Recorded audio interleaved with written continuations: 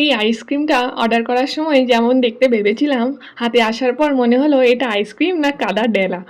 অনেকদিন ধরে এই আইসক্রিমটা বাড়িতে এনে রাখা ছিল, তাই আজ বিকেলে ভাবলাম আমি আর জায়াং মিলে একটু আইসক্রিম ট্রিট করা যাক। কিন্তু অনলাইনে ছবিতে যেরকম সুন্দর দেখতে ছিল, ডেলিভারি হয়ে আসার পর পুরো লুকটাই বদলে গেছে। চটকে গিয়ে এমন ছোট হয়ে গেছে, সত্যি আইসক্রিম কম ইটের টুকরো বা কাদার টুকরো বেশি লাগছিল। যাই হোক, দেখতে যেমনই হোক টেস্ট তো ঠিকই থাকবে একই।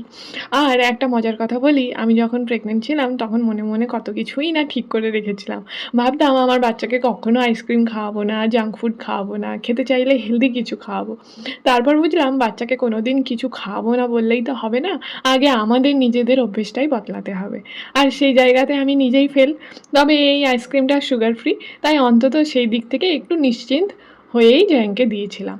হেলদি তো অবশ্যই নয়, কিন্তু মাঝে, মাঝে একটা ছোট্ট ট্রিটে এত চিন্তা না করলেও চলে। আর তারপর জ্যাঙ্কের অবস্থাটা দেখো।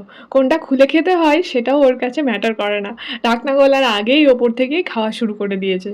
আর একটু পর তো ও পুরো মুখ, হাত, চারপাশ সব আইসক্রিম মেখে বসে আছে। সত্যি বলছি, আইসক্রিমের থেকে জ্যাঙ্কের মজাটাই বেশি ছিল। এই ছোট্ট একটা বিকেল আর একটা আইসক্রিম ট্রিট আমাদের দুজনের বিকেলটা একদম জমে গেল।